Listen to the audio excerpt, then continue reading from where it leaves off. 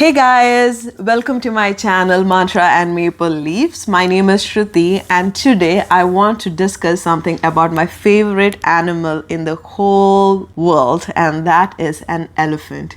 I always had a close relationship with the elephant since my childhood. Some might not agree with the things that I want to talk in this video, but I really hope that you keep an open heart and really listen to what I have to say. I grew up in Kerala, India, and I have told this multiple times in my videos. I don't remember the first time when I saw an elephant, but my first memory of elephant is when they used to come to the houses in the vicinity of a temple during a festival which we called Puram to collect para. Para is a traditional Hindu ritual where you make offering to the god.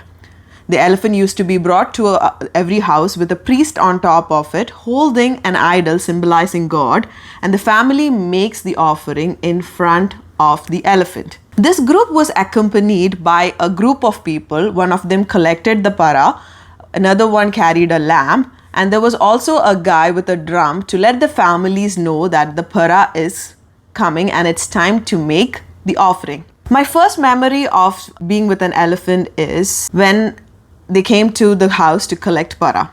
I remember touching the elephant and passing under the elephant that came to my house. There is a superstition that if you pass under the elephant, you will be braver. This tradition no longer exists because animal activists protested against it. However, the tradition of having elephants during Purams still exists in Kerala. Before we delve into more about these majestic animals and my thoughts on domesticating them, I want to share some stories with you. I live very close to a temple. We have a well in our backyard, like a well. And during the summers, we have enough water used by 3 households. So the elephant's mahot is the person who handles the elephant, whom we called a papan. Mahot is the English term for it, but then in Malayalam they are called papans, and they bring them to our house, the elephant to our house, so they can have a shower and drink water from our well. As a kid, I would stand and watch them getting water and shower. I used to feel very proud that they used to come to my house out of all the houses in the vicinity for water. To this day, during temple festivities, they come to my house for water and a shower. The mahots used to tie the elephant to the rubber tree in my neighbor's land. I used to sit on the wall of my house along with my cousins and converse with them, like they would understand me. I knew I loved them, and they used to make me feel that I am loved too. I don't know. It's just a feeling that I had, whenever I see them. It was during one of these days that I saw a mahot hitting them with a long stick with pointy stainless attachment to them. I saw tears running down the animal's eyes, and I hated the guy who did it. I wanted to grab that stick and hit the guy for hurting that beloved animal of mine. In later years, I heard a gossip that mahot who hit the elephant was killed by that elephant. I don't know if it's true. I don't know, because it was just a rumor that I heard. But in my child's mind, I felt like justice was served. The awe that I used to feel watching these animals changed as I grew up.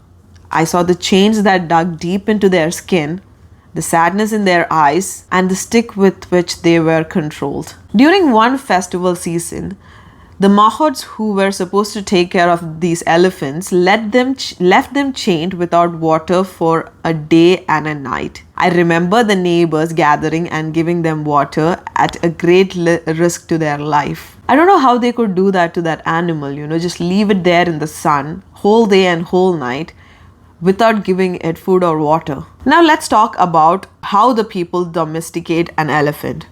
Since 1972, capturing wild elephants has been banned in India under the Wildlife Protection Act, and elephants are classified as a Schedule 1 species, offering them the highest level of protection. So modern domestic elephants are usually born in captivity or inherited from temple or forest department holding, not taken from the wild. But let me explain so that you know how it was done before. Elephants were captured using techniques like driving a herd into a stockade, camouflaged pits or traps, and isolating and robbing individual from a herd. The wild elephant is placed in a kraal called Anakuda in Malayalam, a strong wooden enclosure. It is restrained using chains and ropes to limit movement.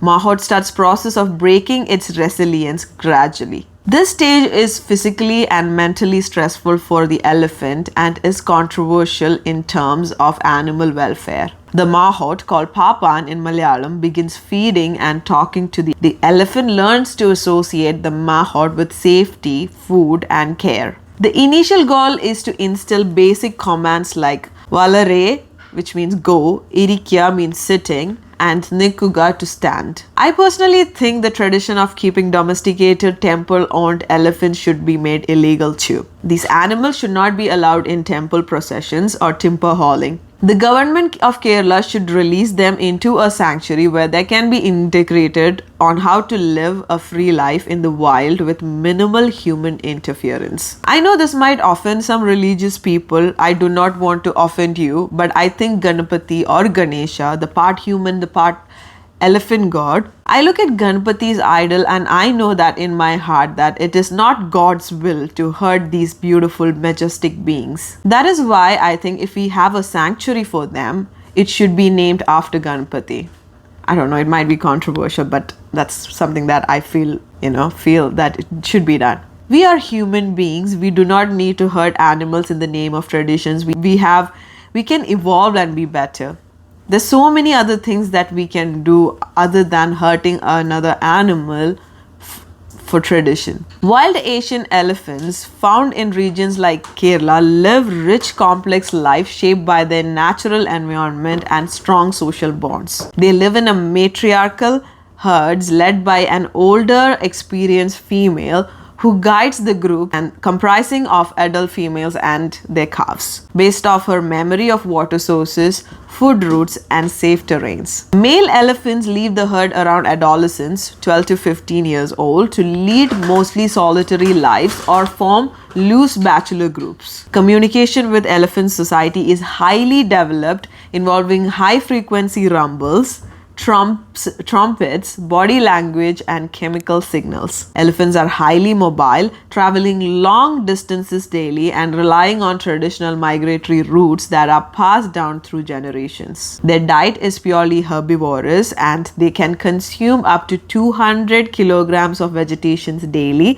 including grasses, fruits, leaves, barks, and roots, making them the key ecological contributors, especially as seed dispensers. Calves are raised communally within the herd and often cared for not only by their mothers but also other females known as allomothers. They nurse for up to 3 years and remain dependent on the herd for safety and learning. Male elephants, especially during musht, a period of elevated testosterone, can become very aggressive and can travel great distances in search of females. Wild elephants are deeply intelligent animals, displaying strong memories, problem-solving abilities, emotional depth, including mourning dead companions, and playfulness. Their behavior in the wild reflects high cognitive and emotional capacities, which is very similar to human beings. However, wild elephants face increasing threats,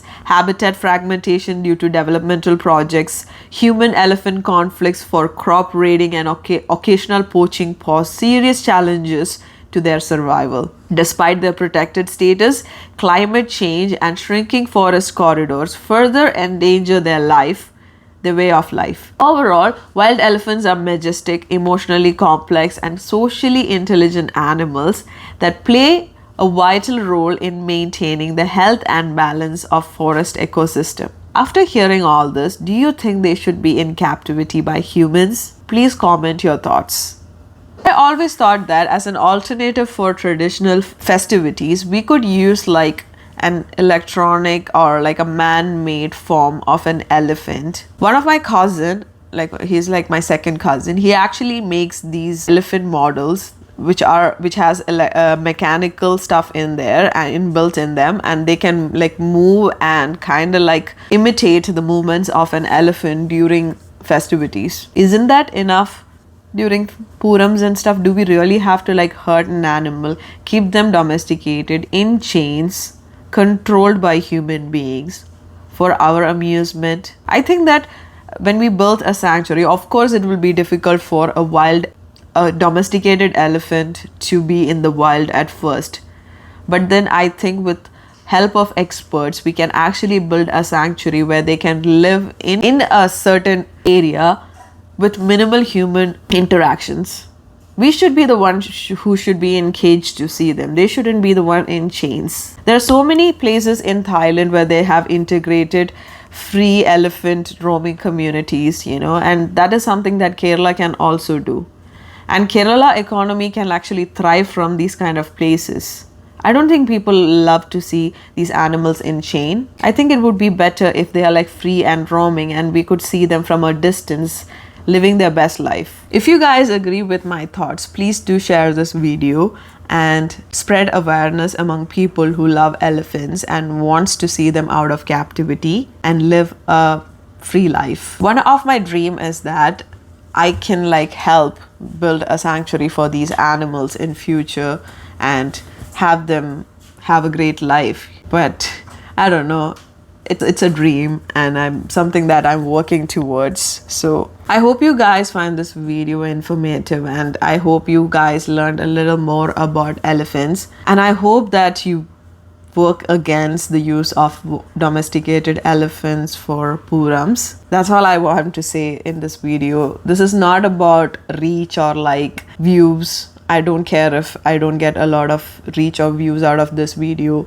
All I care is like if you watch this video and if you connect to the feelings that I have felt when I saw those animals in captivity and wants to do something better for them, please do share this video. Bye.